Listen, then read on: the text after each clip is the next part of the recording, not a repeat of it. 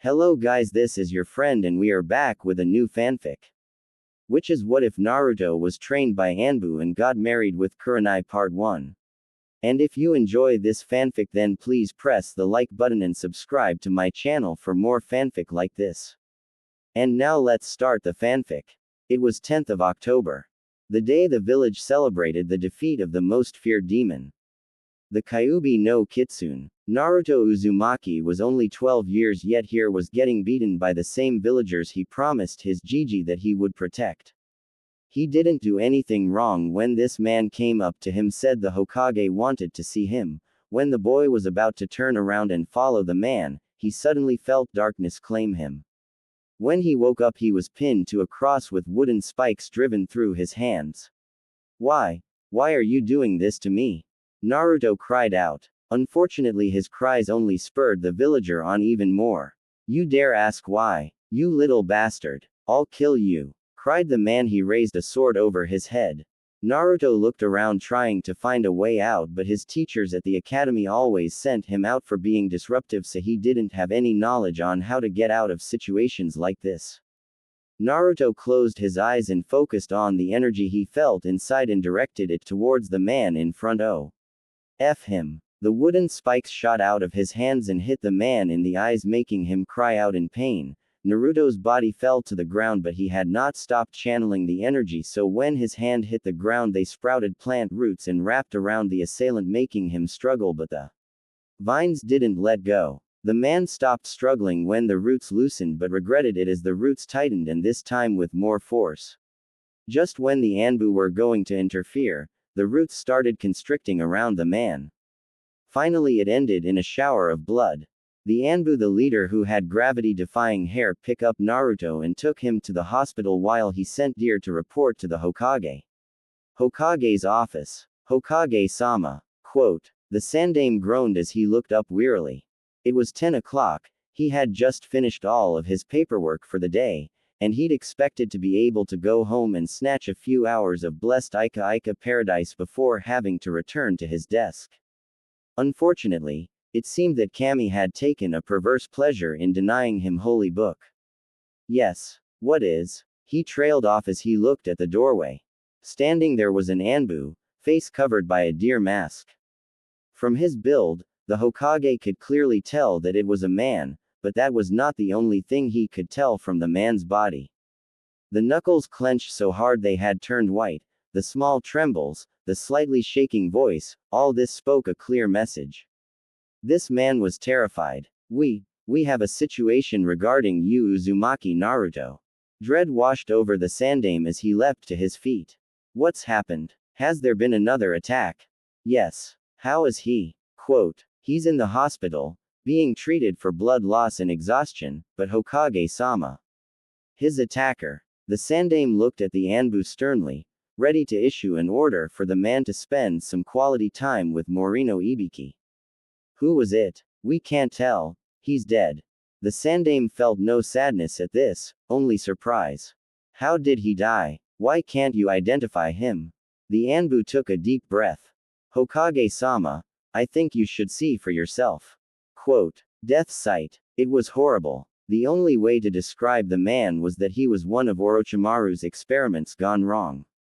The body was mangled beyond recognition. The only way to identify the man was through a blood test and with the medic nins around it was easy but the roots did not want to let him go. The Hokage looked at the body with disdain and orders the ANBU to burn his body and remove all evidence of this incident.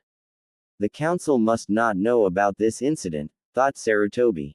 Oh and dear San, please burn the roots and tell Tenzo, Yamato, to meet me in the hospital. Hospital. The Sandaime walked in followed by Inu and Tora. Hello Naruto, how are you feeling? The Sandaime greeted the boy. Naruto looked up at him with a hollow smile. I feel great Gigi. Like every time I get beaten. It feels fantastic to know that you are protecting me. The Sandaime looked down with shame but before he could utter any words Naruto cut him off. Gigi, I will ask one last time and I know you have lied to me before or just avoided my question. I want to know who my parents are and why the villagers hate me. Quote. The Hokage was about to retort when Naruto said, You will tell me or I will leave the village. It's up to you now, decide whether you will tell me or not. The Sandaime was in a tight spot. Should he tell Naruto or risk him leaving Konohagakure no Sato? Sighing, he decided to do what was right. Naruto, what I'm about to tell you will not leave this room. Do you understand? Naruto nodded quickly. The Hokage did some hand seals and slammed his palm onto the wall of the hospital room. Sealing jutsu. Vault of secrets. The sound of a steel door closing and locking was heard before the Hokage continued. Now Naruto, you have to understand that these are highly classified secrets. No one knows them apart from me and Jiraiya, one my students.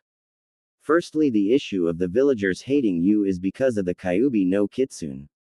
It is sealed inside of you because you were born on that day. As for why you were chosen out of the other children is because the Yondaime was a noble person and could not ask anyone else to give up their child. Your father's full name was Minato Namikaze, the Yellow Flash. As for your mother, her name was Kushina Uzumaki, the red-hot-blooded habanero. Your heritage was not revealed to you because of your own safety. The village could not go through another war with Iwagakure or Kumogakure. Please Naruto, I beg you, don't hate the villagers. They are ignorant and don't know the difference between a container and its prisoner. The Sandaime was now on his knees, bowing his head down. Fine, I will do as you say. After all, I am the son of the Yellow Flash, but I have a few more questions and I want to lay down some conditions for me to stay loyal to you and only you, Naruto stated with emphasis on the word loyal. The Hokage nodded furiously. Okay, my first question is, what did I do to make those roots grow out of the floor? Naruto, that was the Shodaime's bloodline, unique to only him. It is called the Mokuten or wood style. It is said that he used his bloodline to create the forest that now surrounds Konohagakure no Sato. How do I have it? I currently don't know, but my theory is that the Uzumakis and the Senjus were closely related. It is possible that the relationship between a Senju and an Uzumaki occurred so he wood style was passed on. Okay, my last question is, can anyone teach me how to use this bloodline or any instructions that were left behind in case this bloodline had shown up again? Well, this is the reason Inu and Tora are here. I've decided that their ANBU squad will take you for 3 years and train to be a ninja and all arts in including Kenjutsu and the basic theory of the Ninja Academy. My student Jiraiya will teach you Fuinjutsu and anything else he considers that will be valuable. Okay, my first condition is that I want to be moved into a new house. My old one has been broken into and robbed many times. I want this one to be protected from intruders. My second condition is that I want to reveal to my heritage to anyone I trust. My third and final condition is that if I come back from training and I'm attacked again, I will not hesitate to harm the person, be it a civilian or NJA, and leave the village without any obligations that bring me back or relate me to this village. Alright, I will agree to those conditions. You will be leaving in 2 weeks. In this time space you will be escorted around by one of my personal guards called Neko. Times KIP. 2 weeks later. The Chunins at the West Gate woke up feeling someone using Shushin to arrive. Good to see you awake, Izumo-san and Kokatsu-san, Tora said with sarcasm. The two Chunins turned to see an ANBU squad standing there. Suddenly the Hokage arrived with Naruto. Over the week Naruto had gotten a new set of clothes consisting of a blue sleeveless shirt and black cargo pants. The Sandaime started introductions. Alright Naruto, these are the people who will be teaching you for the next 3 years. Tora here is the only other person in the village that can use wood style aside from you. Inu is our ninjutsu specialist and has learned over 1,000 justus. Neko is our kenjutsu and genjutsu specialist, and finally Turtle is our taijutsu specialist and survival specialist. Jiraiya will join you halfway through your training trip. Now Naruto, I want you to behave for these people. They are giving up their personal time for you, my boy. Listen to what they say and follow their orders. Is that understood? Hi Gigi, I will see you in 3 years. Naruto gave the Hokage a quick hug and walked towards the ANBU squad. Take care of him, you four, the Hokage said sternly before using Shushin to go back to his office and start working on his paperwork. Tora picked Naruto up and put him on his back. Inu turned to the squad and nodded. The squad disappeared from view. Konoha's forest. Four figures traveling at high speeds through the trees, anybody watching would only see black blurs. After a while the figures dropped down to walk at a normal pace to approach the clearing. The person at the front is wearing an Inu mask. Gravity-defying silver hair nodded at Tora, who set Naruto down and started doing some hand seals. Wood style. Four-pillar house technique. As soon as Tora said those words, the ground fell apart to give way to the wooden pillars. As the process went on, the house formed into a house you would see in a civilian part of town. The front of the house had the leaf insignia. The front of the house had small platform just above the ground surrounded by a fence, traditional Japanese sliding door. Leading inside, everything was made up of wood. The house had the basic need: a living room, a kitchen, a bathroom and 5 bedrooms. The squad moved into the living room and sat down after everyone was settled down. Inu started introducing himself and took off his mask. The only way to describe his expression is bored. Alright, my name is Kakashi. My likes are my Ika books and training. My dislikes are something you wouldn't understand. My hobbies are training and reading. My Ika books is for my dreams. I don't think you are the suitable age to know that. Quote. Now this kind of introduction would have been normal if it had not been for the multiple bouts of perverse giggling and lazy tone of voice. Naruto looked at the man as if he was losing his mind when suddenly a question popped into head. What's Ika? Now Kakashi, being ignorant of the killing intent directed at him by the lone female member, decided to describe it to Naruto. Okay Naruto. When a guy and a girl love each a lot, they decide to have fun. At this point Neko decided that she should knock Kakashi out so that Naruto does not get any ideas or becomes a mini Kakashi and starts reading those little orange books. While this event occurred, the rest of the squad had massive sweat drops at the back of their heads. Back with Neko, who looked like a mini Shinganami, her Tanato representing the death god's knife, and Kakashi, who is now a twitching mess on the floor. At this point Naruto thought it would be best to stay on the woman's good side. Tora stood up next. Okay, now that Kakashi-senpai is done with his giggling, I will continue. My name is Yamato. My likes are bonsai trees and training. My dislikes are people who are arrogant and people who make jokes about my wood-style jutsu. My hobbies are taking care of my garden and training. My dream is to become an ANBU captain. Naruto thought this man was okay but seemed to have an obsession with trees and wood. Next is Turtle. My name is Might Guy. My likes are my youthful friends and training to be youthful. My dislikes are unyouthful people whose flames of youth have dimmed. My hobbies are spending time with my youthful friends and doing youthful training. My dream is to pass on my flames of youth to the next generation. Naruto shivered every time this man said, youthful, and was even more freaked out when the man took his mask off to reveal 2 caterpillars on his face. So Naruto did the one thing that came to mind. He screamed. Ah, what's wrong Naruto, my youthful student? Anyo, Guy-san, you have something on your face. What is it? It's those freaky things on top of your eyes. When Guy finally caught on to what Naruto was saying and replied.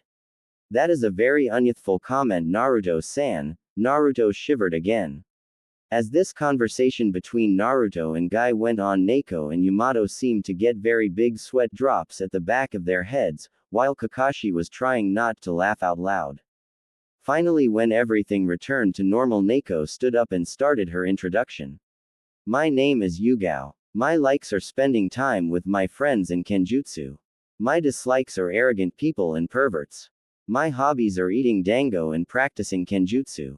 My dream is to become Konoha's kenjutsu mistress.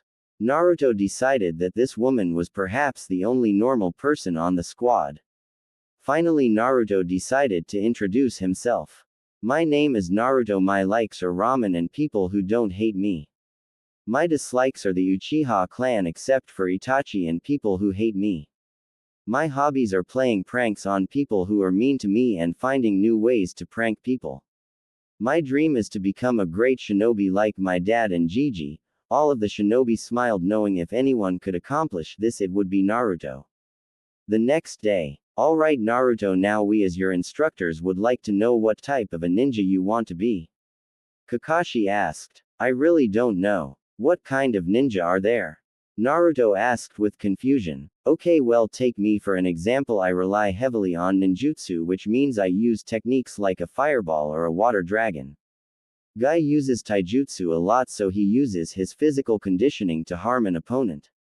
Yamato is both a ninjutsu and taijutsu user, but his speciality is stealth and infiltration, so he has to be very quiet. And finally, Yugao uses chakra attacks formed by her sword and uses a kenjutsu style, which will help her defeat her opponent using either speed or strength. She also uses illusions to make her opponent confused.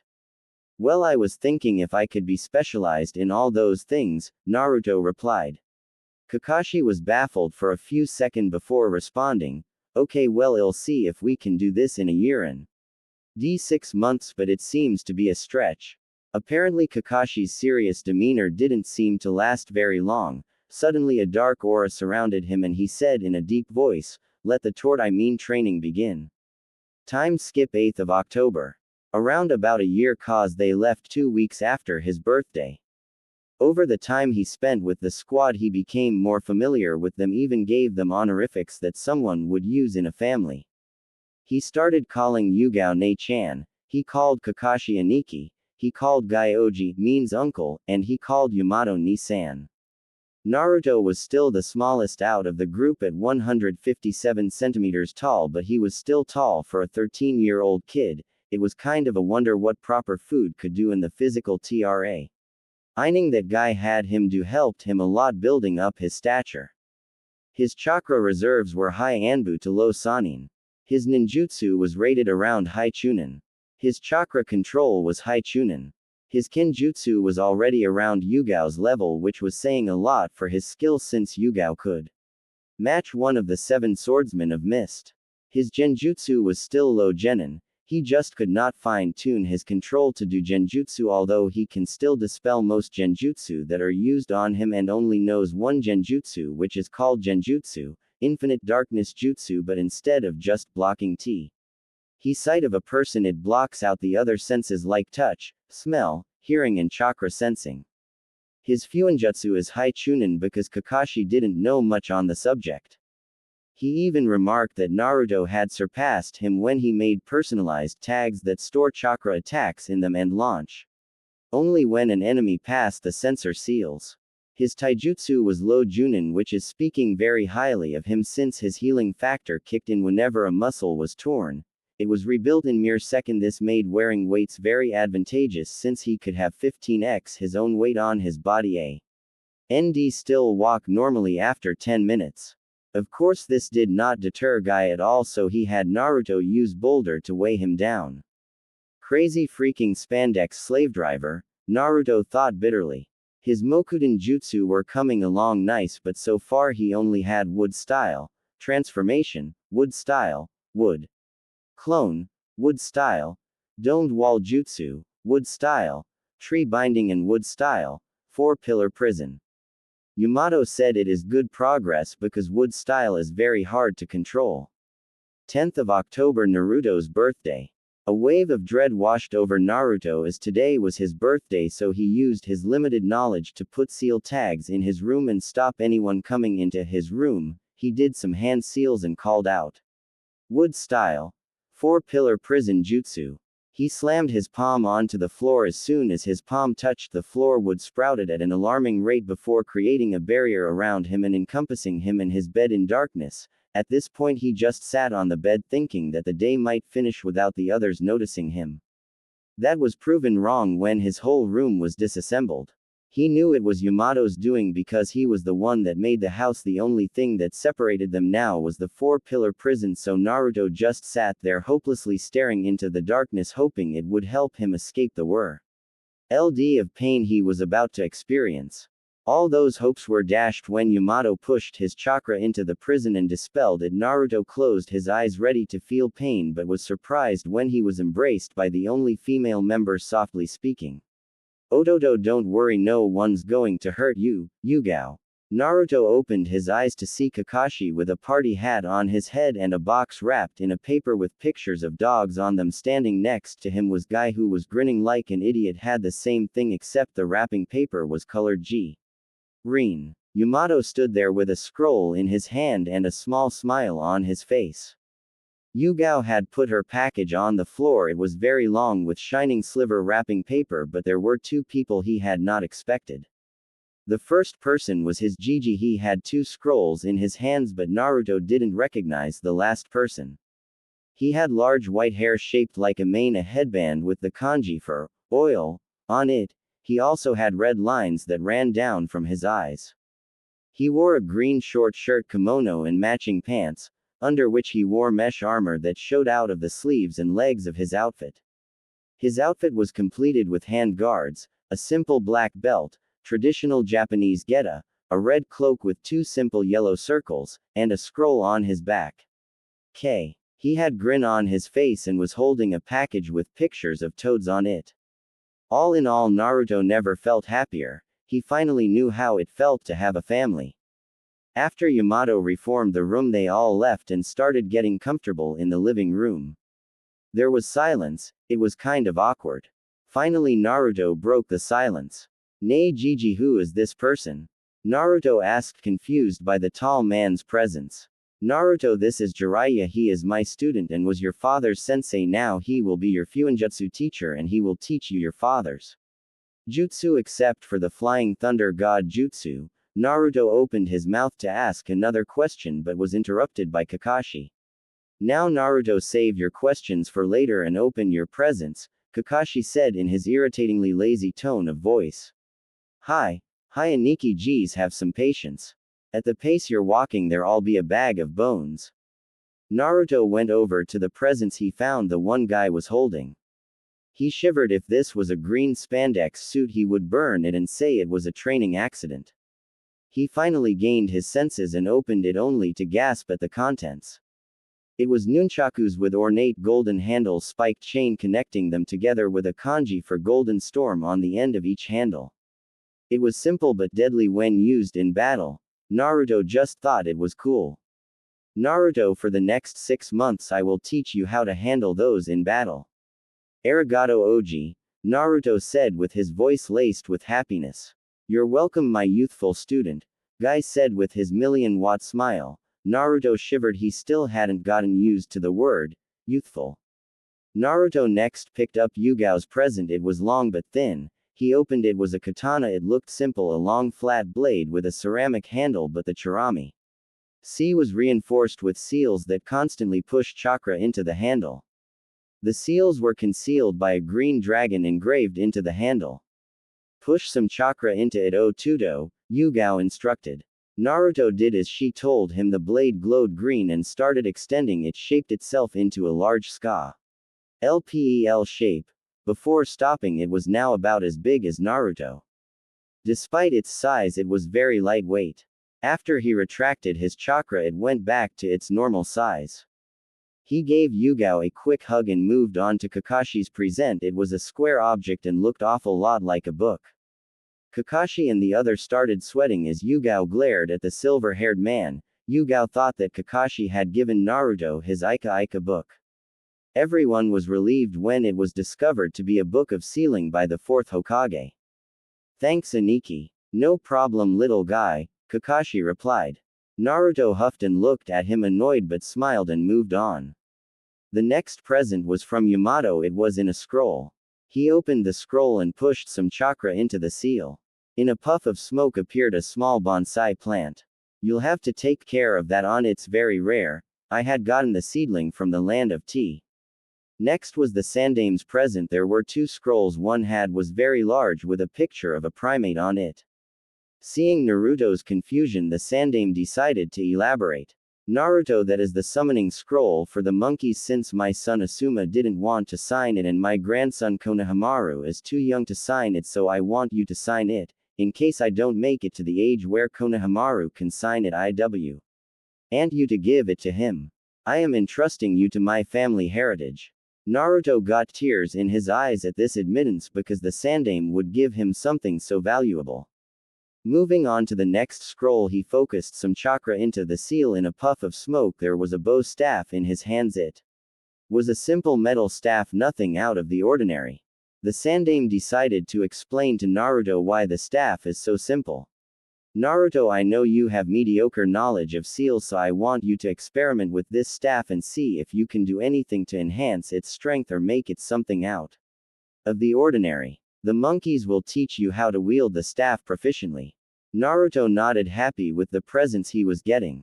Next, Jiraiya stepped up and pulled the large scroll of his back.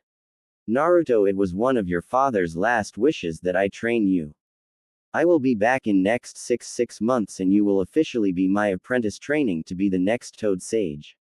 I will also teach you your father's first technique he ever made, the Rasengan, and I will be teaching you to become a Seals Master. But for now I want you to sign the Toad contract. This is a very big honor since no person has ever been signed onto 2 contracts. Me and Sarutobi Sensei have talked to our summons and they will test you to see if you are worthy of summoning them.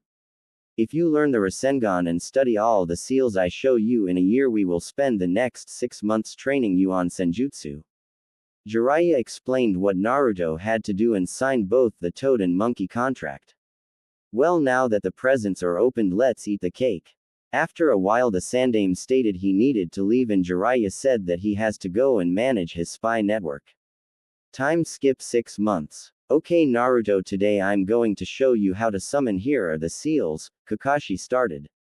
Boar, right pointing arrow; dog, right pointing arrow; bird, right pointing arrow; monkey, right pointing arrow; ram. Summoning jutsu. Okay Naruto, I want you to do the same, put as much chakra in it as you can to summon the boss. Also think about which animal you will summon. Hi Kakashi Sensei. Boar, right pointing arrow; dog, right pointing arrow; bird, right pointing arrow; monkey, right pointing arrow; ram.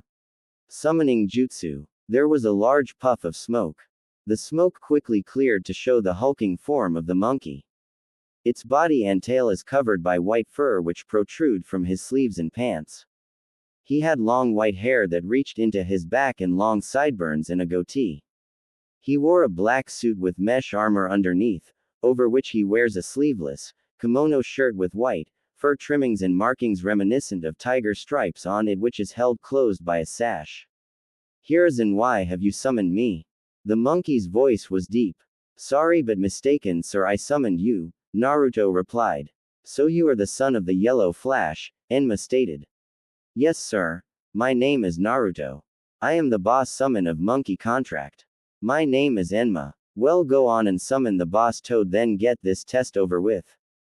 Boar, right pointing arrow; dog, right pointing arrow; bird, right pointing arrow; monkey, right pointing arrow; ram. Summoning jutsu. This time the smoke was bigger, the figure was larger and wider. Finally the smoke cleared to reveal the giant form of Gamabunta. He is colored a dull, rusty red, but around his eyes and on his lips and chest are brighter red markings. Over his left eye, he had a scar. He is wearing a large blue vest, and carries a massive blade at his hip.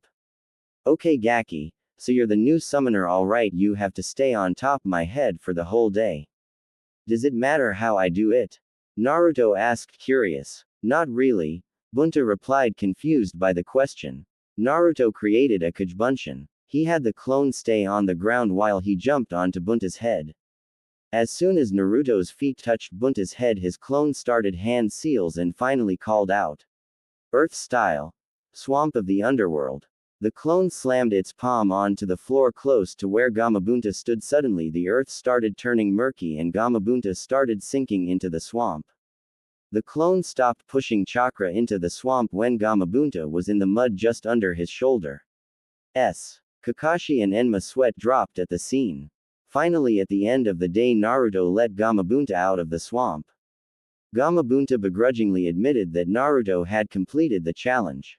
When he turned to face Kakashi and Enma, only to sweat drop at the scene of Kakashi trying to get his orange book back from the primate, who was reading it with enthusiasm while holding Kakashi back with a hand. Naruto coughed to get their attention only for them to ignore him. Naruto gained a tick mark on his forehead.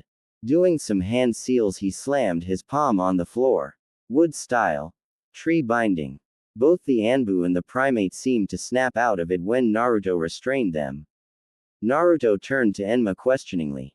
Enma only seemed to get confused until Naruto decided to elaborate. So are you going to test me?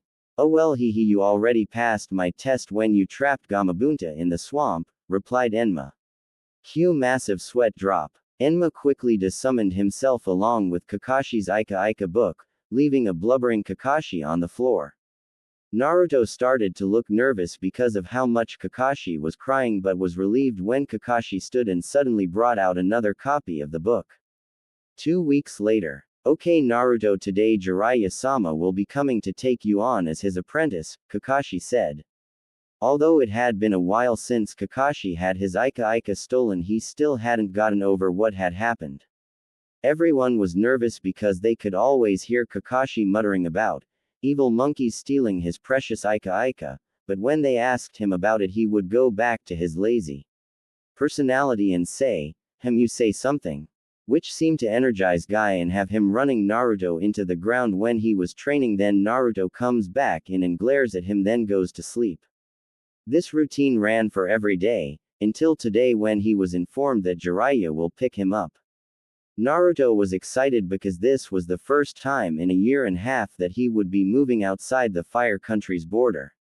Naruto was brought out of his musings when a large puff of smoke appeared. When it cleared, it showed the same man who had visited him on his birthday, but he had forgotten his name. Nay, Mr. What was your name? Jiraiya face planted but got back up and summoned a toad with a large grin on his face. He started his introduction.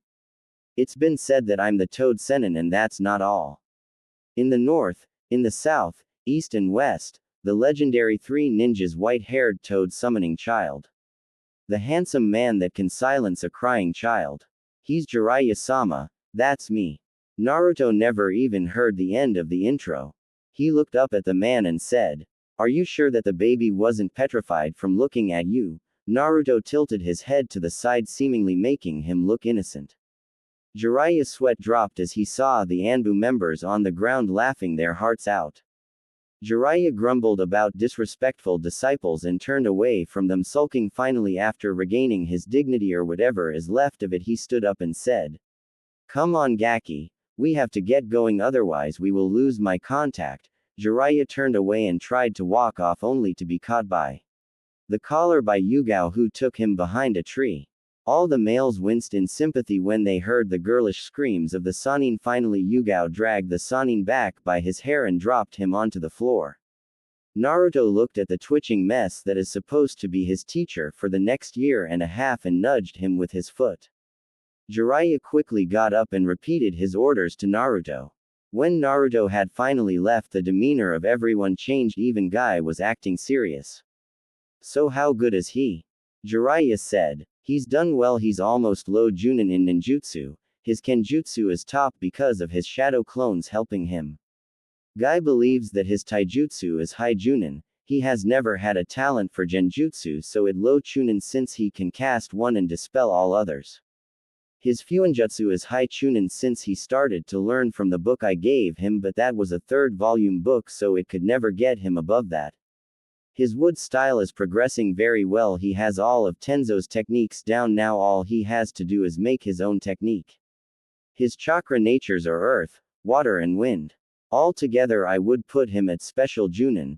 Just as Kakashi ended, Naruto came back in with a sealing scroll. Jiraiya grinned at Naruto and said, "Come on Gaki, we are going to be traveling, so the scroll is a good idea." Jiraiya waved at the ANBU squaw along with Naruto before vanishing into the darkness of the forest. Time skip 1 year. Jiraiya appeared in a puff of smoke. "Yo Naruto, you ready to get going?" Jiraiya asked. Yeah, calm down Arrow Sennin, I'm coming. Don't get riled up just because you can't to go to the hot springs, replied Naruto. God damn it brat, stop calling me that, and you're being a hypocrite since most of the times I see you there merging into the fence using your bloodline. Jiraiya replied, agitated that he couldn't get the brat to respect him and that the bloodline gave the boy such an advantage. Jiraiya smirked. And I think you got caught last time as well. Flashback. Jiraiya sat near the fence giggling like a schoolgirl. Naruto at first got irritated but could care less since he was about to merge himself into the fence. He had done it a lot of times since Jiraiya had literally thrown him into the women's side of the hot springs when learning about the bird and bees. Naruto focused on merging into the bamboo and then blending into it, not standing out too much. Once he had merged fully into the fence, he opened his eyes to the world of women. Although he hated to admit it, he had started reading Jiraiya's books and they were good. Naruto looked around and started to get a slight nosebleed but concealed it quickly. Naruto heard the noise of water dripping and saw that a woman with black hair had just stepped out of the water. Naruto gaped as he saw the woman. She is a goddess, plump that jiggled with every step, a firm-looking rear and legs that seemed to go on forever, shaved crotch with pink lips that looked very inviting to him. He was broken out of his musing when he heard a whistling nose getting closer to him. Naruto's eyes widened as he saw the kunai heading straight for his family jewels. Naruto shifted to the left side of the fence so that it would pass harmlessly.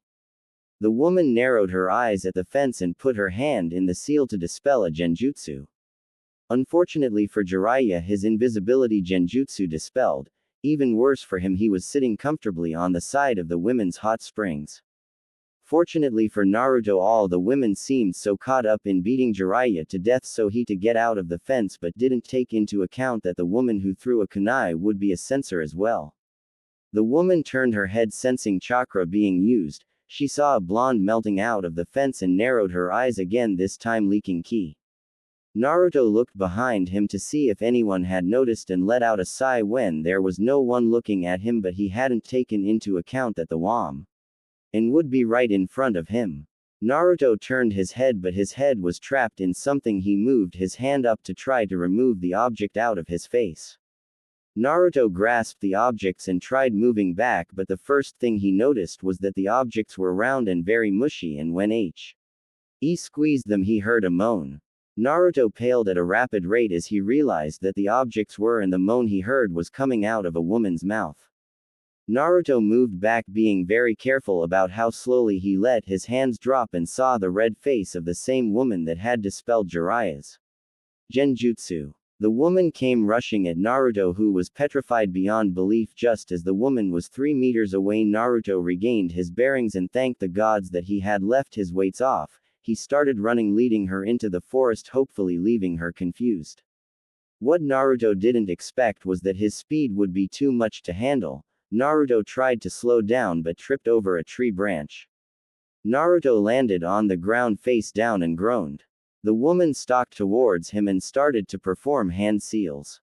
Naruto's mouth opened in a silent scream. The woman smirked, and as if to complete her ritual, she reared her leg back and kicked him in the crotch. Naruto squealed in pain and horror as the kick had broken the genjutsu. The woman walked away satisfied with a job well done, but if she had stayed any longer she would have seen the Naruto on the floor melt and the original come out of a tree trunk. Naruto winced in sympathy for the mud clone but was thankful that their memories didn't come back to him. Naruto arrived back at the hot springs and collected his stuff and Jiraiya's and went straight to the police station to bail Jiraiya out. Naruto knew he was in there since it became a routine for him. After getting his sensei identified and bailed out, he sighed in relief. Gaki, I wouldn't be relaxing right now. That woman that went after you is from Konoha. A Chunin level ninja, but the most powerful genjutsu user in the whole village. I'd been on a lookout if I was, especially when you get back to the village. Although she is pretty good looking, Jiraiya grinned at him. Naruto looked curious before asking, so, what her name? Jiraiya wiggled his eyebrows at Naruto, giggling perversely. Then in a fake concerned voice said, my little apprentice is growing up. Jiraiya sniffled a bit before returning to his giggling. Naruto got irritated and asked again. Seriously though, who is she? Naruto's eyes widened as Jiraiya pulled out an old scrapbook. He knew what that is. It is the encyclopedia of every woman that Jiraiya has peeked on, but it's detailed right down to the number of guys that the girls have even dated and for how long. Her name is Kurenai Yuhi. She's around 17 or 18 years old. She got a pretty good mission record, but she's known as Konoha's Ice Queen for tuning down guys left and right. Says here that she's even turned down Asuma Sarutobi, the third Hokage's son. You got no chance, kid. She would murder you if she remembers you from this incident. Jiraiya grinned at him while Naruto looked very pale. Flashback end. Right, let's see if you actually learned anything. Now summon Fukasaku-sama and get us into Mount Myoboku, Jiraiya ordered Naruto. Naruto, instead of retorting, just did as Jiraiya asked. Boar right pointing arrow, dog right pointing arrow, bird right pointing arrow, monkey right pointing arrow, ram. Summoning jutsu. Out of the smoke stepped out an old toad. Fukasaku is a green toad with white hair styled in somewhat of a mohawk, very thick eyebrows and a small goatee. He is wearing a cape and carries a cane with him. Okay Jiraiya-chan, what do ya want now? The old toad asked. I need you to summon me and my apprentice to Mount Myoboku for the Sage Mode training. Jiraiya replied. Are ya sure about that? He looks a bit young for that kind of training. Fukasaku was a bit skeptical about the boy. He's trained with Konoha's best ninjas for a year and a half. Alright kiddo, if you say so. Get ready and hold on to my shoulder. Fukasaku started doing some hand seals. Reverse summoning jutsu. Suddenly Jiraiya and Naruto were surrounded by plants and trees taller themselves. Jiraiya turned to Naruto. Okay Naruto, you will stay here for the last 6 months of your training trip learning from the toads, and you have the Rasengan to complete. When your time is up I will come back and we go to the village and assess to see what rank you should get. Over the next 6 months Naruto changed a lot. He grew to be as tall as Jiraiya.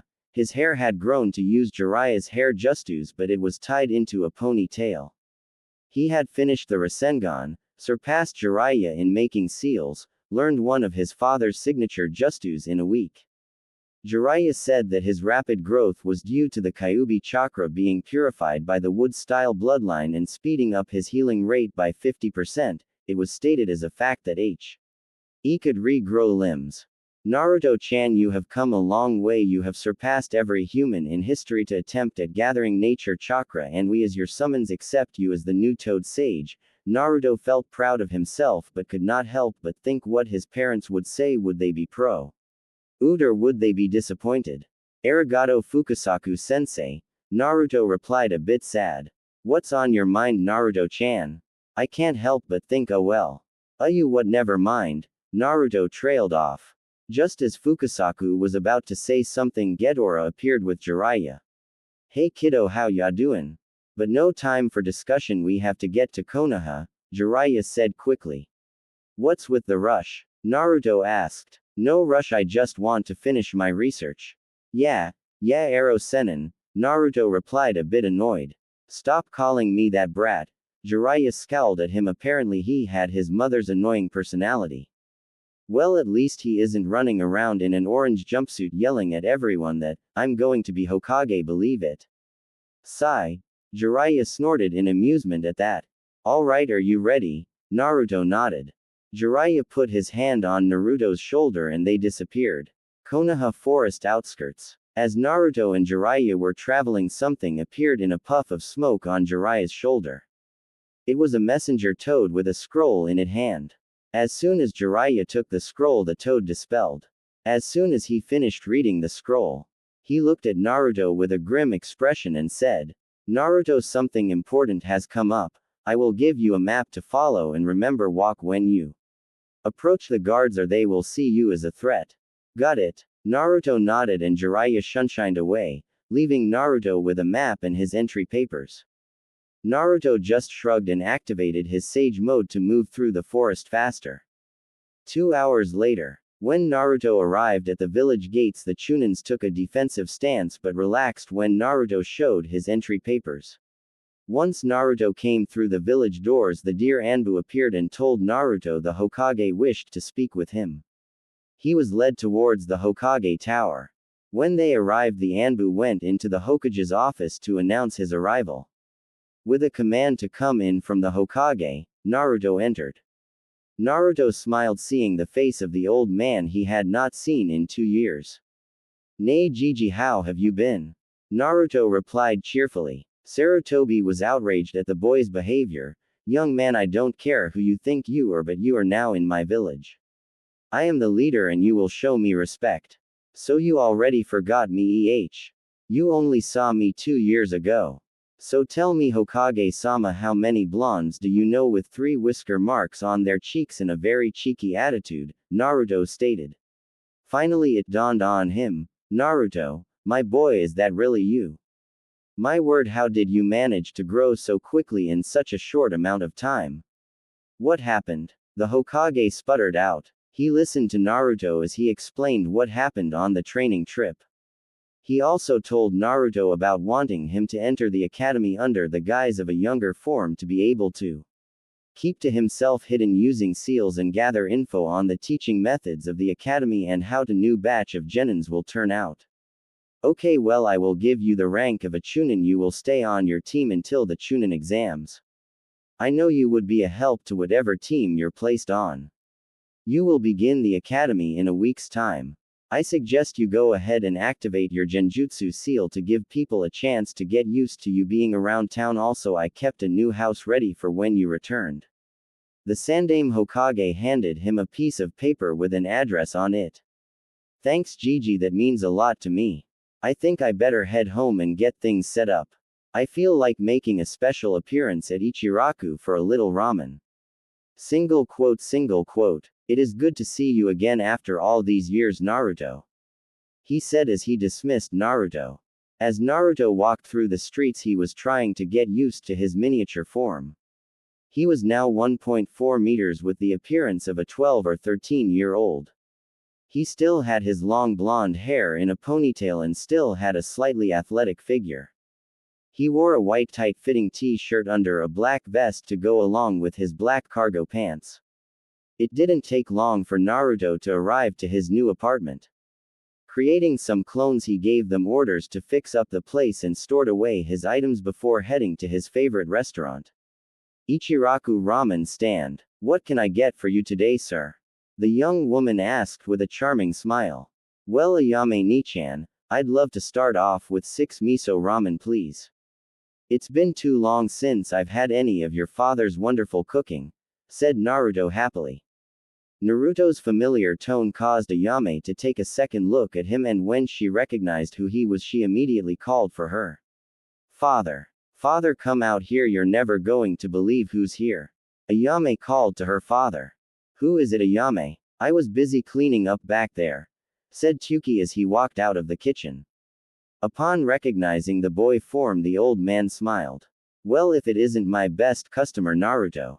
How have you been? I've been good. Life has been treating me fairly well, but it's nice to be back in a familiar place. Anyway, I was just ordering 6 miso ramen from Ayame Nichan here before she called you out here. Right, I'll get those on them right away. In fact, I'll even make the first one on the house, said the old man heading back into the kitchen. Naruto spent his time eating and talking to Ayame as he tried to not go into detail about his training trip. When he was finished, Naruto said goodbye and paid his bill before heading home to get some rest. Over the course of the week, word had gotten around that the demon container was back, and Naruto had to put up with their glares and mutterings of demon once again. However, now it no longer bothered him what people thought, since he had come to realize he could only be himself, and if that was not a new GH for people, then it was their loss. Something different from before, though, was that he had unintentionally begun to collect a steadily growing group of fangirls from the village. Time skip first day of Ninja Academy. When the day finally came for him to start at the academy, Naruto opted to wear just his t-shirt and cargo pants in order to look more like a civilian. Naruto arrived early in the classroom and found he was the only one there yet. Deciding to take a seat, he waited for the others to show up. When the children began to file in, he noted a few individuals who caught his eye.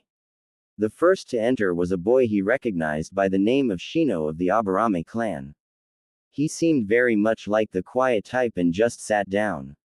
The next to enter was a girl with dark indigo hair that Naruto recognized as the Hyuga heiress, Hinata. She was also appeared to be a quiet one, but when she met Naruto's eyes, she quickly looked away, blushing, and sat down. Just great, another fangirl for me.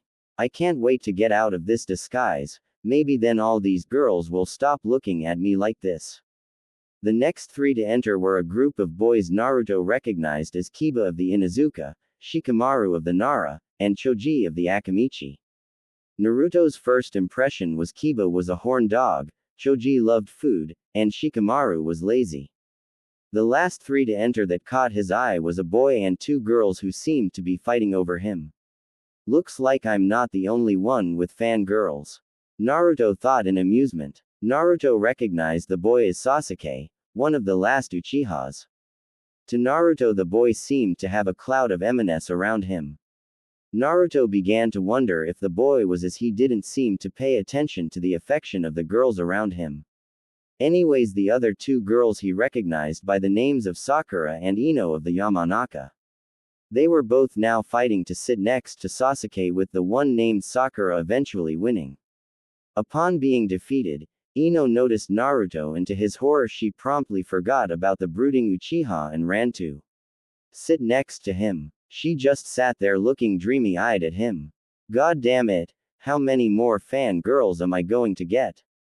Naruto glanced over at the Uchiha only to see the boy smirking at him. Damn you Uchiha, why can't you keep you fan girls to yourself? You just have to pawn them off on me, don't ya? Thought Naruto bitterly. The class finally began when the teacher, a man named Iruka, showed up.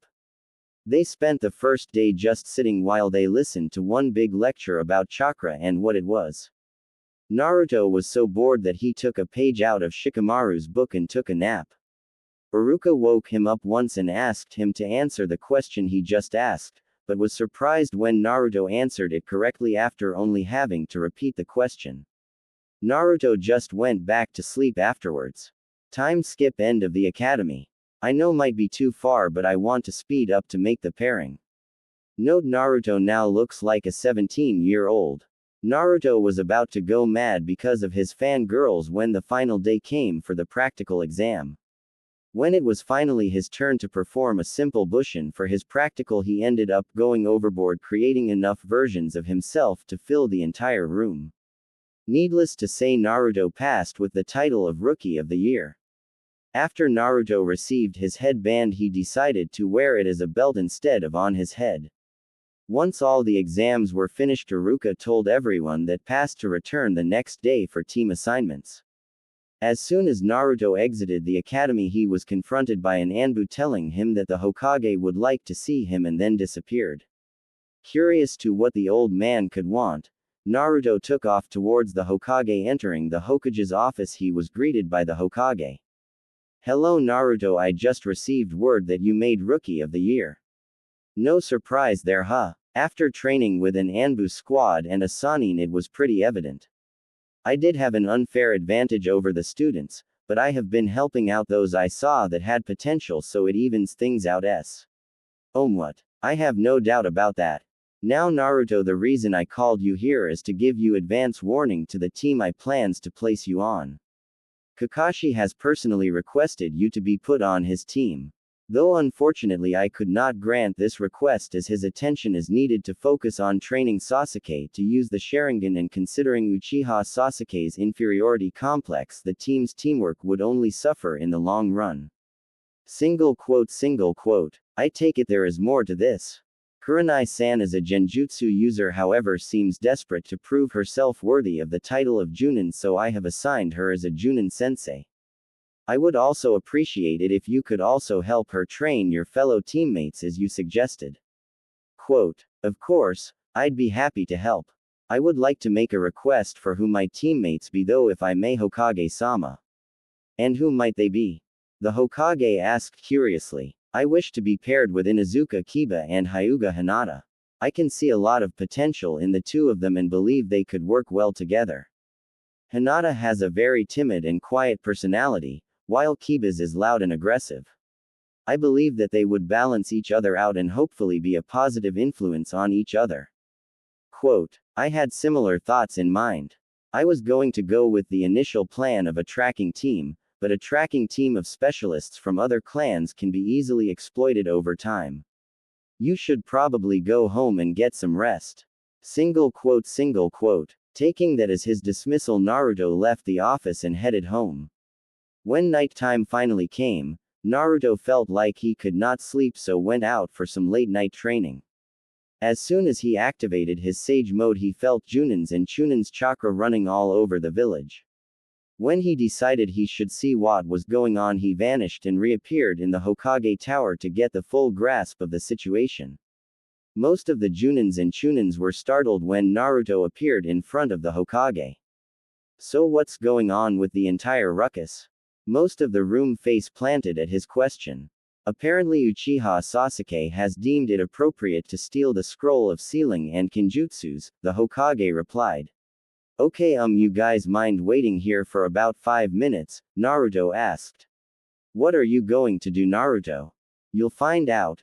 Naruto relied cheerily as he jumped out the window. As Naruto was falling to the ground, he used his Sage mode to lock onto Sasuke's chakra and he simply disappeared. Back in the Hokage office.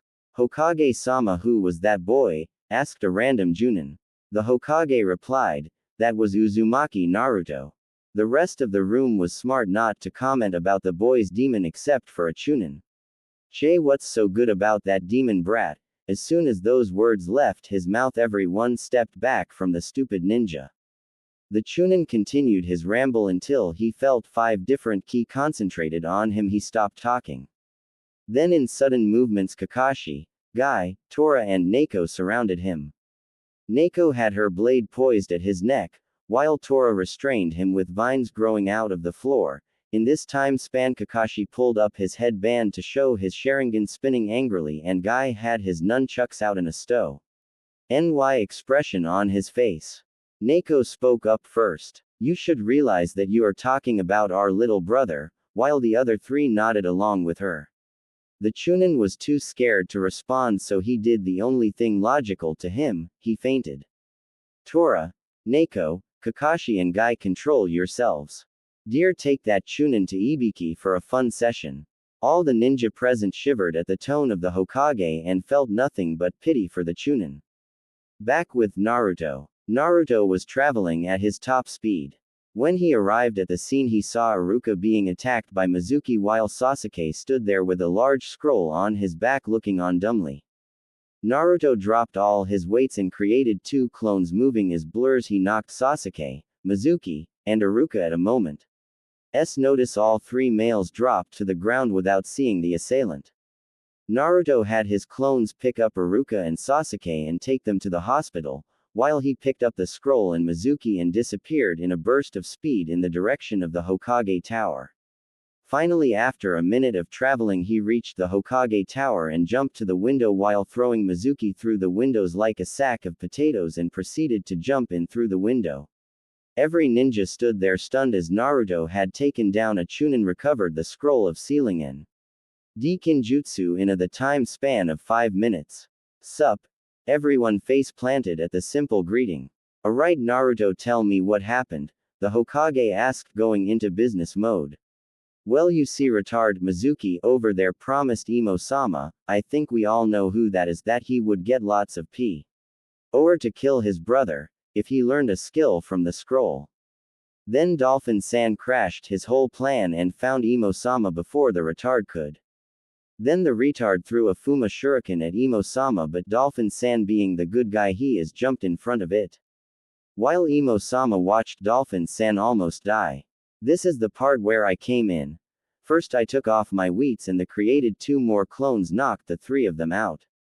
My clones took Imo-sama and Dolphin-san to the hospital and I brought the retard here to be interrogated, Naruto explained the whole scenario, earning multiple snickers by the Hokage and several Junins, while the Uchiha supporters were red in the face. But the most noticeable thing was Kakashi leaning on Genma, trying to get his breath back while having tears in his eyes. But it all came to halt when Naruto mentioned one thing. Gigi, he smelled too much like snakes, Naruto said to the Sandame.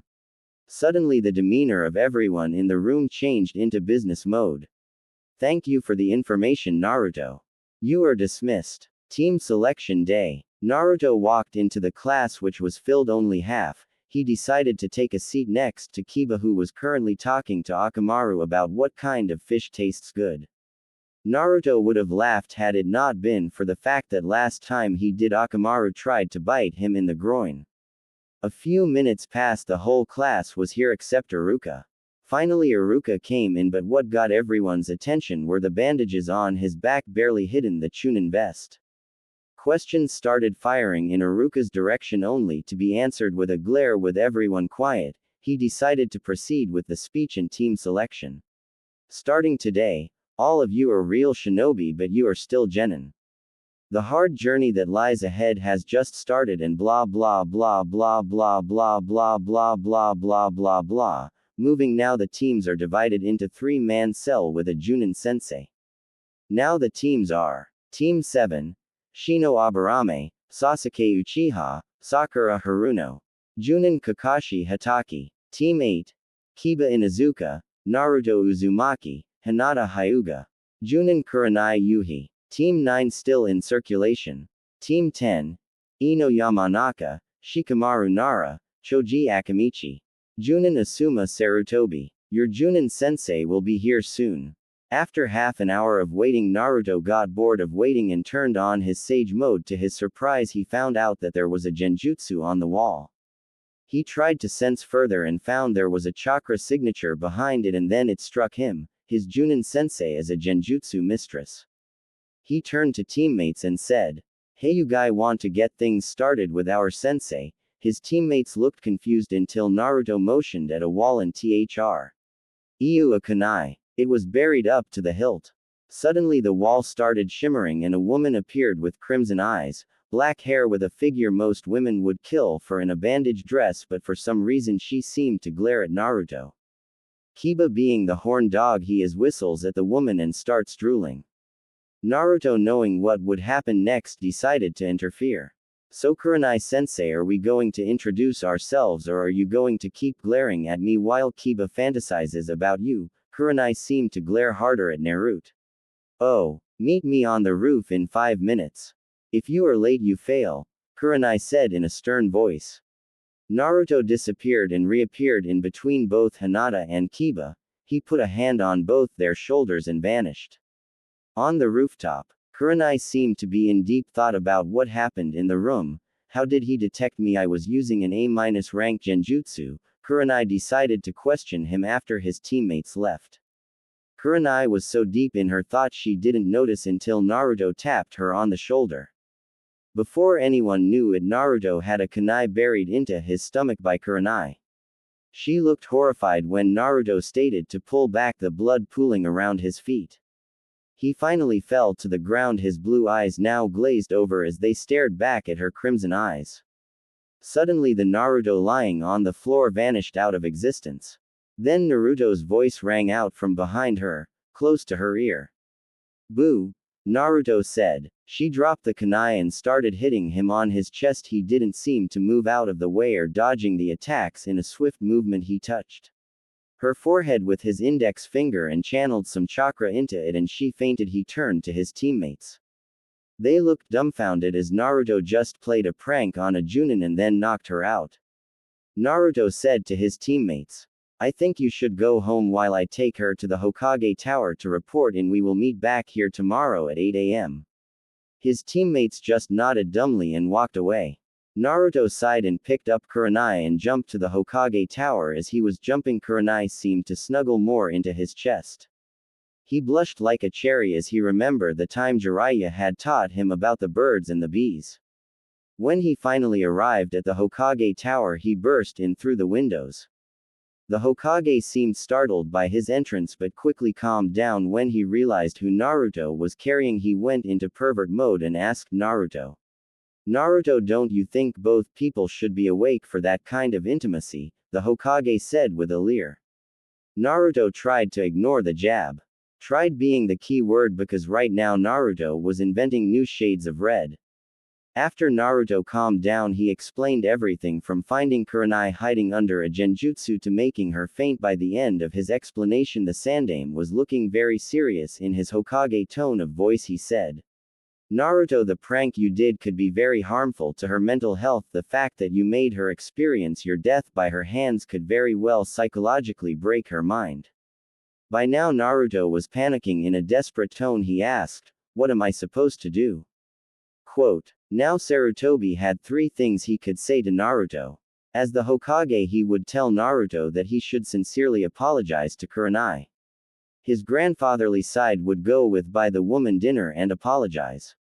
His perverted side would tell Naruto to relax and get laid. Now he was stuck between two choices, his perverted side and his grandfatherly side. So he chose to combine them, and his ultimate choice being relax, buy the woman dinner and apologize and maybe get laid. Now this worked out just fine. Now this didn't mean that the Hokage would vocalize these thoughts, he would put it gently and nudge Naruto in Kurenai's direction. After all, the woman did reject every man that tried to date her, she even turned down his son. Okay, here's what you do. Alright, tomorrow when you finish with your team, you ask to speak with her alone and tell her you would like to make it up to her and ask her out for dinner. Whoa, hold on there, you mean ask her for a date? No, not like that, you are apologizing, but if she likes you after this you should try again, but this time you must be more relaxed. And one last thing, do not take her to Ichiraku's. I will arrange a reservation for you at a good hotel, you won't even need to pay for it. All charges go to the Namikaze account. Now will you do as I say? Now Naruto, being the naive boy he is, agreed to it all. Oh, and drop your genjutsu seal so she will take you more seriously, plus people won't recognize you. Hi Gigi. Now good, you should probably wake her up now. She's kind of dangerous, can I use a clone? The Hokage answered with a shake of his head. So Naruto woke her up by shaking her shoulder a little, but she wouldn't wake, mumbling something about 5 more minutes. So Naruto finally decided to use a different method. He charged some chakra into his fingertips and gently pushed the chakra into her forehead. She woke up startled. As she looked around, she noticed the Hokage and Naruto looking at her. She couldn't comprehend how she got here. Kurenai senpai, you are awake. I was about to leave, but I guess I can drop the seal now. What do you think, Gigi? The Hokage was surprised at Naruto's ability to lie but decided to play along. Yes, well, that's your choice, but it's going to come off sometime. What's going on here? Asked Kurenai, feeling a little drowsy. Well, Kurenai-san, this has been a secret ever since Naruto came back to the village, but since you are his commander you will need to know. So Naruto dropped the seal. Naruto nodded and removed the seal using his sage chakra to make it unstable and break. Naruto's appearance changed slowly. He grew taller, his hair grew out, and his face took on an angular look. His muscles strained his T-shirt to the point of tearing. All in all, he looked ripped and matured. Kurenai-san, meet Naruto Uzumaki Namikaze. Kurenai had a shade of red on her cheeks while her mouth was open. Kurenai-sensei, you're drooling. She seemed to snap out of her stupor, but she was still blushing. Now, even though Naruto was naive, he still knew what was happening to Kurenai. He decided to tease her a little, so he walked up to her, leaned into her ear, his breath tickling her neck, sending shivers down her spine. He slowly and calmly asked her, "Like what you see, senpai?" She started sputtering and blushing madly at the closeness. Naruto backed away with a million-watt grin. Since Kurenai could not form proper sentences, she settled on glaring at him, trying to be menacing, but the blush on her face did not help. She tried to walk up to him, but to no avail, she could not get up. Need some help, Kurenai-sensei? Feeling her blush return full force at their closeness, she did the only thing she knew at this moment. She fainted. Do you know where she lives, Gigi? The Hokage shook his head. Well, I'll be leaving, Gigi, as he picked up Kurenai bridal style and traveled to his home, leaving an amused Hokage behind. As Naruto arrived at his home, he gently put Kurenai on the bed while he tried to get away. He realized she held him tight. He sighed as he lied next to her and thought, this is going to be awkward tomorrow. Kurenai groaned as she woke up, feeling very comfortable. She opened her eyes to see unfamiliar surroundings. The room looked plain, with only a few movie posters and some clothes thrown around the room. Her eyes widened as she realized that she wasn't even in her house. Kurenai tried to get up but found she couldn't move. When she turned her head to see what was preventing her from moving, as soon as she moved her head, she saw a mop of blonde hair. Wait, blonde? She turned her face only to come face to face with a whisker-marked blonde drooling on the pillow. A faint blush appeared on her face as she felt Naruto's hands around her waist. She tried to move away only for him to pull her back. He sighed contently as he rested his face in her bust. She started going red in the face when she realized what he was doing. She was about to scream out loud when she felt something poking her inner thigh. Confused as to what it might be, she looked down and thought one thing. Big. When she finally regained control of herself, she calmly brought her hand up and started to smack the life out of Naruto. Naruto woke up with a start as he felt Femini's hands smacking him. Wait, Femini. He opened his eyes only to come face to face with Kurenai's cleavage. Naruto tried to pull back but didn't realize that he had his hands around her waist. As he fell of the bed, he took Kurenai with him. Naruto landed underneath her, both their faces going red as they realized that they were kissing. Now Naruto and Kurenai were thinking only one thing: wow, soft lips. Kurenai sprang away as soon as she realized what happened, though she now felt cold because Naruto was not holding her. Naruto started to sputter and apologize. Kurenai couldn't even glance his way without blushing. She calmed down and asked him a question in very sweet voice laced with venom. Naruto, why am I in your house on your bed, sleeping in it with you holding me? Quote. To Naruto it seemed like the Shinigami came to seal away his soul. Naruto tried to calm down and tried to answer. Keyword tried. He finally stuttered out an answer. Oh well, Kurenai-sensei, you, fainted, in the Hokage, office, And I didn't. No, where, you, lived, so I, brought you, here and, you, wouldn't, let, go of me. Trying to get her blush under control, Kurenai thought it was best if they started again. Well, how about we try to forget what happened and start again? Introductions. Naruto asked meekly. He may be strong, but hell hath no fury like a woman scorned. Kurenai smiled gently and started. Well, my name is Kurenai Yuhi. My likes are dango and genjutsu. I dislike arrogant people and pervert. My hobbies are tending to my rose garden and reading a book. My dream is to be the best genjutsu user in the world. While Naruto thought about what he was going to say. Okay, well, my name is Naruto Uzumaki Namikaze. My likes are people who treat me normally, and my summons the toads and the monkey. My dislikes are when Jiraiya-sensei left me alone with nothing to do in the last Uchiha Survivor. My hobbies are training to perfect my sage mode and making new friends. My dream is to have a family and become Hokage. Kurenai was stunned. This teen was the Yondaimi's son, a Sanin's apprentice and the second Toad Sage. He should at least be a Junin by now. You are the Yondaimi's son. Yep, kind of a secret, but since Gigi would have told you anyway since you are my senpai. Wait, you trained with a Sanin for 3 years and you are still a Genin? Actually, I trained with him only for a year and 6 months. The rest of the time I was trained by Kakashi Hatake, Yugao Azuki, Might Guy and Tenzo of the Wood Release, but the reason I'm a Genin is because Gigi wanted me to go undercover to evaluate the Genin graduation system and the brand of Genins this year. I actually a Chunin. Kurenai's jaw dropped. This man should at least be low Sanin level, but she realized something. Why would he need training from a Wood Release user? I get the first 3 Junins and ANBU have speciality, but why Tenzo? Well, he's my bloodline teacher. I have the Wood Release. Naruto said that as if it was the simplest thing in the world.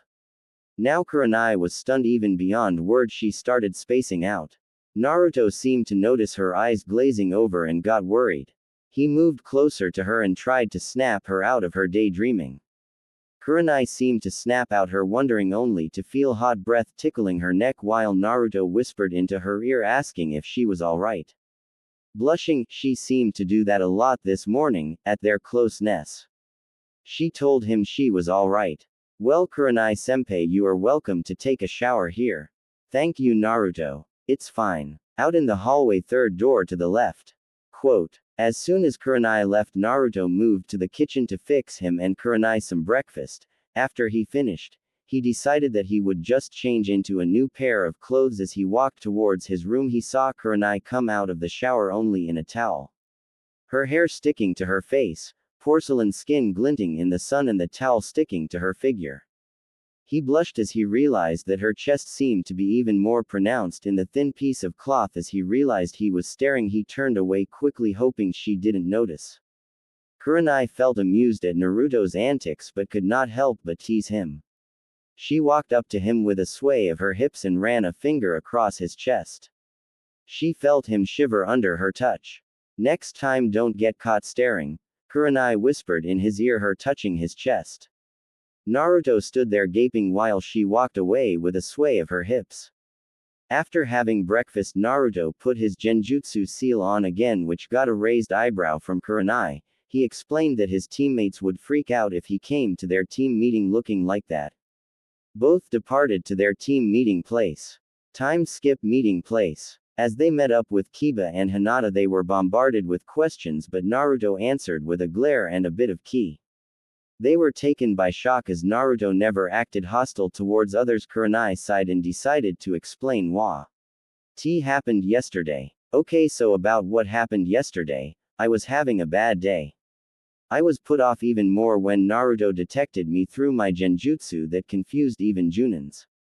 Naruto, noticing my mood, decided to knock me out. Not the best decision, I'd say, but it was good enough. When I woke up, the Hokage answered all my questions about how Naruto detected me. All right, good enough. Now Naruto, do you have anything to say to your teammates? Naruto sighed and explained why he was away from the village for 3 years, who his teachers were, and his heritage, what's sealed inside of him, even ANBU. His bloodline and his rank. To say they were shocked was an understatement, but all that was nothing against their reaction when he dropped his genjutsu seal. Naruto and Kurenai watched in amusement as both held their foreheads and started to massage them. Naruto was about to explain to them why he was older looking than them, but Kiba held his hand up saying, I don't want to know, while Hinata nodded in agreement. Okay, well, how about introductions? Kurenai announced. Oh, why don't you go first, sensei? Hinata said meekly. Okay, well, my name is Kurenai Yuhi. My likes are dango and genjutsu. I dislike arrogant people and perverts. My hobbies are tending to my rose garden and reading a book. My dream is to be the best genjutsu user in the world. Naruto was next. Okay, well, my name is Naruto Uzumaki Namikaze. My likes are people who treat me normally, and my summons the toads and the monkeys. My dislikes are when Jiraiya-sensei left me alone with nothing to do in the last Uchiha survivor. My hobbies are training to perfect my sage mode and making new friends. My dream is to have a family and become Hokage. Hinata went next. My name is Hinata Hyuga. I like my little sister and cinnamon buns. I dislike my family being separated and the caged bird seal. My hobbies are sparring and spending time with my little sister. My dream is to become clan head. Though the introduction, Hinata seemed to get quieter as she proceeded. Kurenai grimaced. She was going to have to work hard to build up her confidence. Kiba got up next. My name is Kiba Inuzuka. I like spending time with Akamaru and hot girls. My dislikes are arrogant people and hot girls who ignore me. My hobbies are training with Akamaru and trying to pick up girls. My dream is to become clan head with a smoking hot babe as my wife. Through the introduction, Kiba leered at both Kurenai and Hinata. Kurenai glared at Kiba even more but was surprised when Naruto directed his ki towards Kiba, making him tremble. He relayed a simple message to Kiba in a deathly cold voice that seems to make even Kurenai shiver.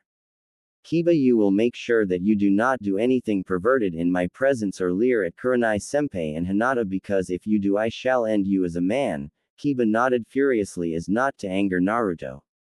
Although Naruto was a pervert, he decided that he was better off being a closet perv since his encounter with Kurenai. Okay, now with introductions over, I will give you your genin test to see whether you are worthy of being a Konoha shinobi. If you fail, you will go back to the academy. Now you have to get these bells from me before lunch. Kurenai-senpai, do you mean these bells? Naruto said, holding up 2 bells. Kurenai looked down to her waist only to see the bells disappear into smoke. Kiba and Hinata amazed as Naruto took the bells without her even noticing. Wah! When did you get those? Naruto merely smirked at her. She got irritated but moved on with the test.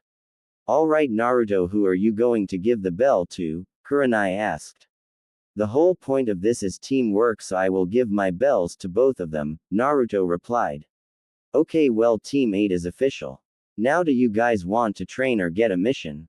I want to get a mission. I hope we get one to save a princess or to save a country, Kiba said, excited about doing missions.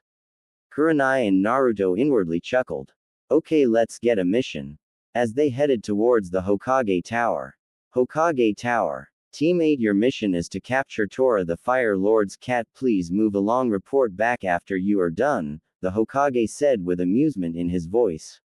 What the hell kind of a mission is this? Kiba replied, outraged, while Naruto walked past him and grabbed the scroll. Mission accepted, Hokage Gigi. I'll see you in 10 minutes. Naruto, I think it will take longer for you to do that, the Hokage remarked. Really, Gigi? Okay, let put up a wager. If you win, I will do D rank missions with no pay for the next month. If I win, we all get an A- rank mission pay, an AC rank mission the next time we come here for a mission, Naruto said. The Hokage agreed, and the only witnesses were Team 8 and the Chunins in the room. Kurenai and Hinata walked out of the office while Naruto dragged Kiba out. He directed a little key at Kiba and told him to get up. Needless to say, a scared shitless Kiba is an obedient Kiba. Naruto told Kiba to track the cat's scent while Hinata searched the village for the cat with the Byakugan. Naruto had a simple plan: locate and cage the cat. After a few minutes of searching, Hinata reported the cat to be on the village walls. Naruto disappeared in a gust of leaves and used vines to trap the cat and made a prison around it. Naruto reappeared in front of his team. Well, let's go and collect our pay, and who wants to go to lunch with me? My treat. Kiba and Hinata agreed simultaneously while Kurenai seemed to hesitate but agreed in the end. As they arrived at the Hokage Tower, Naruto handed the cat to the Hokage and told him to pay up. There sat a stunned Hokage studying the cat to see if it was a fake. He seemed to cry anime-style tears as he handed the money to Naruto and secretly slipping him 2 tickets for reservations for the Blazing Leaf restaurant. Thanks Gigi, we will be back for the C-rank mission, though I suggest that this be a 2-teams mission. How about this, you put Kakashi Aniki's team S with ours so we have more experience working with the other teams. Kurenai smiled at Naruto's suggestions, knowing that when they move up in the ranks they will not work with each other all the time. The Hokage seemed to give it some thought to it and finally agreed. Naruto turned to the rest of his team, asked if they still wanted to go to lunch. They all nodded. Food is food, and who in their right mind would refuse free food? So Naruto asked them where they wanted to eat. Kurenai said she didn't mind where, while Kiba and Hinata suggested the new barbecue restaurant run by the Akamichi. Naruto agreed and they moved at a moderate pace towards the restaurant. Once they arrived, they all placed their orders and walked over to a remote booth in the back. As the food arrived, they started up a conversation on random subjects. When the meal finished, Naruto paid the bill, much to the protest of Kurenai, as she wanted to at least pay half, but the idea was quickly rejected by Naruto. Alright team, we will be going to training ground 8 for a light spar, then head home. Meet back at the same training ground. Let's move. The matches were set as Kiba vs Hinata and Naruto vs Kurenai. Time skip, end of training. Kurenai senpai, can I talk to you for a moment? Naruto stated, trying not to blush at what was coming next. What is it, Naruto? Oh well, I was wondering if you would like to go to dinner with me. Naruto started to blush. He tried not to but couldn't help it. Kurenai was a bit surprised at his forwardness but decided to make him squirm a little. What brought this on, Naruto? Oh well, I wanted to apologize for the trouble I caused you. By now Naruto was sweating bullets, fully red in the face and currently inventing new shades of it. So are you asking me on a date? No, nothing like that. Kurenai glared at him but smirked inwardly. Are you saying that I'm not good enough for you? Huh? Naruto was starting to sweat. No, I didn't mean it that way. You are a very beautiful woman. Naruto was now feeling the heat and tried to think a way out of this but was relieved when she smiled. Well, okay, but I don't think I will be going in these clothes. Don't be late, Naruto-kun. Stretching the kun is a way of teasing him. She smiled warmly as she succeeded in making him blush. Okay, young man, pick me up at my apartment 7:30 sharp. He suddenly appeared behind her and whispered into her ear. Will do, Kurenai-chan. Kurenai felt a blush creep up to her face as she could feel his chest against her back, his breath near her neck. She stepped away and left in a swirl of leaves. He was about to leave when he saw a paper mixed in the leaves. He looked at it. It was her address as he realized he only lived a block away from Kurenai. He then came to a realization. He didn't have any good clothes to wear except his training clothes, and he certainly was not wearing those. He realized he could ask the Hokage. He left in a swirl of leaves to the Hokage Tower. Hokage Tower. Naruto arrived in the Hokage's office, looked around and saw the Hokage was alone. Hey Gigi, I did as you asked and it kind of turned into a date, but I don't have anything to wear. Now Naruto, first I want to ask before you proceed, what do you think of Kurenai-san? Well, she is a nice person, a very beautiful woman. All in all, I like her. Now Naruto, are you doing this because I told you to or because you want to? Well, now that I think about it, it's because I want to. Good, now my boy, I know just the place where you can help. You do remember the Yamanaka in your graduating class? Ask her for help. I'm sure she will be happy to help. This is the address to her flowers store. After finding the shop and asking Ino for help with another half an hour of shopping, buying countless outfits, he finally decided on an outfit consisting of a black t-shirt with a golden dragon curled on the back and black pants and a red full-sleeve jacket.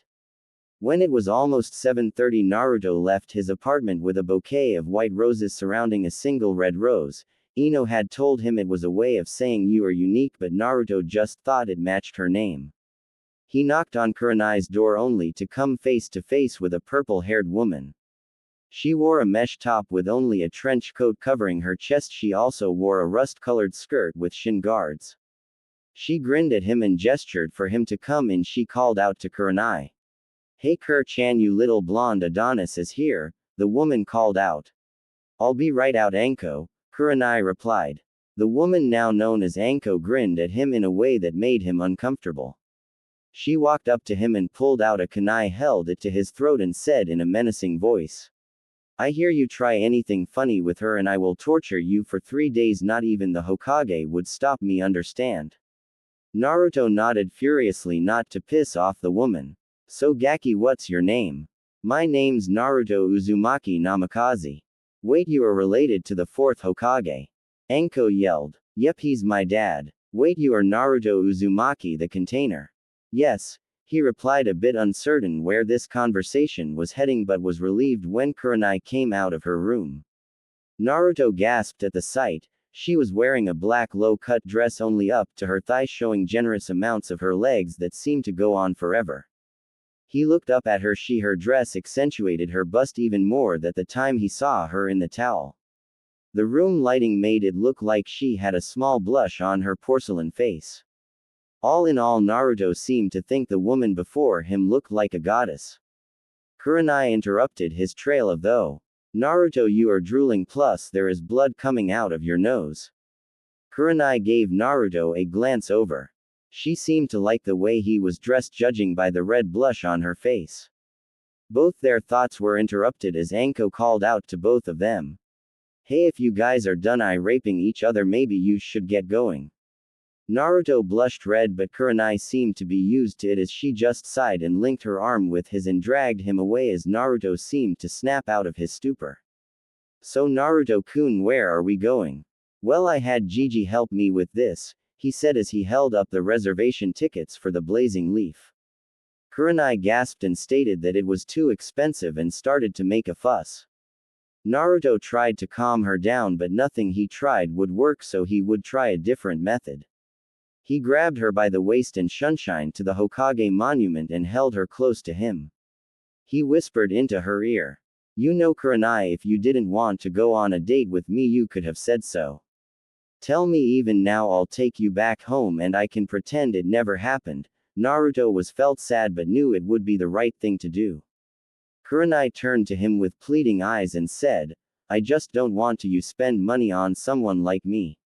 Naruto looked her right in the eye. Crimson clawing with ocean blue. And what is wrong with someone like you? You are a smart, kind and a very gorgeous woman. What if it's a one-time thing? Then we both know what it would end like. Don't feel scared just because of that one thing. Don't even think about saying that the age difference is too big, cause I know for a fact when you are a ninja it doesn't matter what age you are.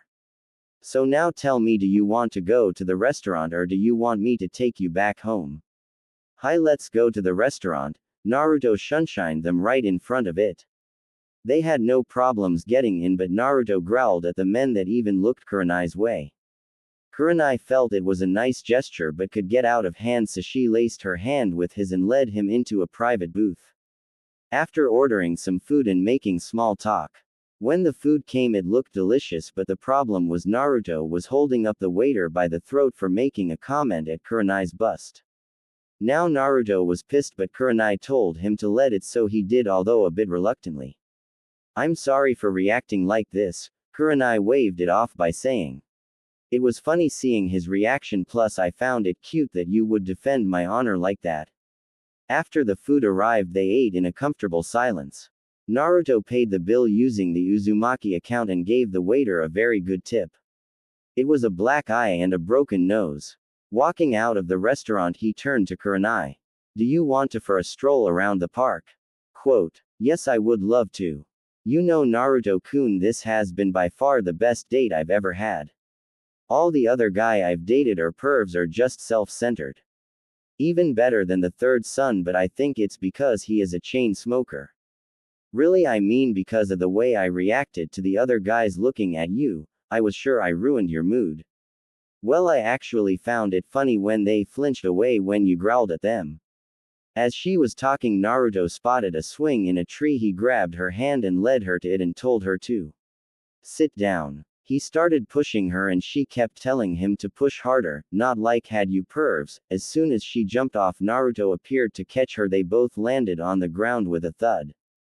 They both soon realized that their mouths were connected, but this time Kurenai didn't pull away. Instead, she deepened the kiss, sliding her tongue across his bottom lip, asking for entry. As his mouth parted, his tongue lunged out at hers. They began a tongue war which finally came to a draw as they gasped for breath. They both felt content for now. Kurenai rested her head on his chest, listening to his heartbeat as Naruto stroked her hair. So Kurenai-chan, are we you know boyfriend and girlfriend? Naruto asked nervously. Does this answer your question? As she gave him another kiss. Naruto smiled slyly and said, I don't know, I think I need more convincing. He grinned slightly as he leaned in and gave her a kiss. This went on for a while. After another 5 minutes they got up. Kurenai shivered at losing her source of warmth. Naruto picked up on this and draped his jacket over her shoulders and held her by the waist. As they finally reached her apartment, he was slightly disappointed that it had to end now, but his disappointment vanished as she invited him in for some tea. He moved into the living room, getting comfortable on the couch as Kurenai came back with the tea. They both sat there sipping the tea as they glanced at each other through the corner of their eyes. Finally, when the tea finished, they both put their cups on the table. They were still glancing at each other, deciding that he had enough. Naruto moved to Kurenai and mashed his lips with hers. He had the feeling of complete euphoria. If Naruto died right now, he would die a happy man, not that he will or it will ruin the moment and the story. After a heavy makeout session, they both lied down on the couch feeling content for the second time in the night. You know, I have never been so relaxed with a man before, Kurenai stated. Maybe that's because they were all pervs like you told me, Naruto said, a bit disgusted by the fact that they would judge a woman on her looks. Oh, and you are saying you are not a pervert? May I remind you that I caught you staring at me while I walked out of the shower in only a towel, plus I still remember the time at the hot springs, Kurenai said. I never said I wasn't, but I am not one to show my perversions in public, especially after what you did to my clone on when it took off running into the forest, Naruto replied.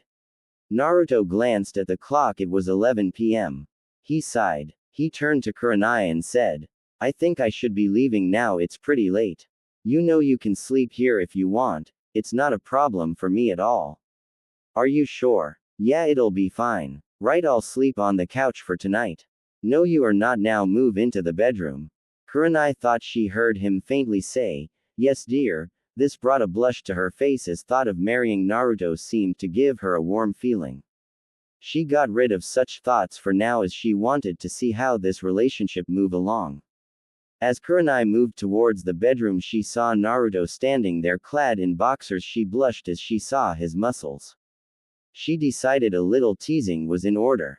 So she moved like a ghost behind him and slipped her arms through from under his arms and ran her hand down his chest to the top of his boxer's waistband. Naruto decided that could play at this game. He turned around and cupped her face in her deeply aft. Being satisfied at her dazed expression, he moved his hands down and pinched her on the. Naruto felt satisfied at her reaction as she leapt up and wrapped her legs around his waist and eeped. Their teasing session turned into a heavy make-out session. After feeling exhausted, they promptly fell asleep as soon as they hit the bed, with Kurenai using Naruto, a large well-muscled teddy bear. They both sighed contentedly in their sleep. Naruto groaned as he woke up to a weight on his chest. He moved his head up to see Kurenai's face glowing in the sun. He looked at the clock on the wall to see it was 7:30 a.m. Wait, 7:30. They were late. Both of them were supposed to meet their teammates about 30 minutes ago. He tried to shake Kurenai awake, but to no avail. She seemed to be in a deep sleep. Suddenly he got a mischievous idea as he leaned closer and started her neck, moving to her jawline and moved his mouth over hers. Her eyes snapped open wide before relaxing into the. Naruto moved back and said, "Enjoying yourself there, Kurenai-chan," as he knew she was awake the whole time. "Come on, we have to hurry or we will be too late to catch Kiba and Hinata," Naruto said as he moved away. Kurenai pouted at losing her source of warmth but looked at the clock and realized how late they really were. Naruto looked at her amazed. She was moving at a speed that made the Hiroshin look like a turtle. Damn, that's got to be a fast turtle. She finally appeared in front of him in her normal attire. While Naruto just gaped at her, she moved sensually towards him and kissed him on the cheek and left to make breakfast. Naruto looked for his normal attire and finally got dressed. Naruto moved into the living room and saw the woman from last night sitting on the couch, sipping some tea. She eyed him suspiciously and grinned slyly at Kurenai, almost shouting, "Hey Kurenai, it's only been one date and you are already getting him into bed. So how was he? Wild, passionate, rough?" Naruto caught the meaning and blushed red. Kurenai, used to her antics, just sighed and replied, "No Enko, we didn't do anything together, just lied in bed and fell asleep. Honestly, it was the best sleep I ever had. He makes a comfy pillow." She had a shade of light pink on her cheeks. The rest of the time was spent eating breakfast and making light chatter. Kurenai and Naruto rushed to finish. Kurenai was headed towards the door, but Naruto grabbed her by the waist and shunshined them to the training grounds. As they arrived at the scene, Kurenai kissed him one last time and started to part, but these actions were stopped by two gasps. Kurenai and Naruto snapped their heads at where the sound came from. It was Kiba and Hinata. Both of Naruto's teammates snapped out of their stupor as Hinata blushed red at catching them in such an intimate scene. Kiba grinned at Naruto and gave him a thumbs up, letting him know that he approved. Kurenai and Naruto sweat dropped at the scene. They decided to just move on with training. After a light spar and some chakra control exercises, they said their goodbyes and moved back home. This became a routine for the next 3 days until they could get the C-rank mission with Team 7. On these days, Kurenai slept at Naruto's house or invited Naruto over using the excuse that her pillow seemed to be missing. Naruto didn't seem to mind as he liked it even more as he spent more time with her. TIMESKIP First C-rank mission. In the Hokage's office, Team 7 and 8 stood at attention as the Hokage handed them the mission. Although there was some confusion with Team 7 when they saw Naruto looking older and in a Chunin vest, but it was cleared up when it was explained by Kakashi. The Hokage briefed them about the mission. They are guarding Tazuna, a bridge builder of Wave Country that wanted to be protected from bandits. The Junins stepped up and accepted their scroll. The Hokage asked to bring in the client that hired them. As soon as the door opened, the smell of alcohol seemed to bathe the man as Kiba and Akamaru cringed at the smell. The rest of the room looked at the man with disdain. He opened his mouth to say something but stopped when Naruto walked up to him and pushed some nature chakra into the man's blood vessels, else pumping the alcohol out of him. Everyone looked amazed when the man suddenly sobered up and looked at the genin judgingly.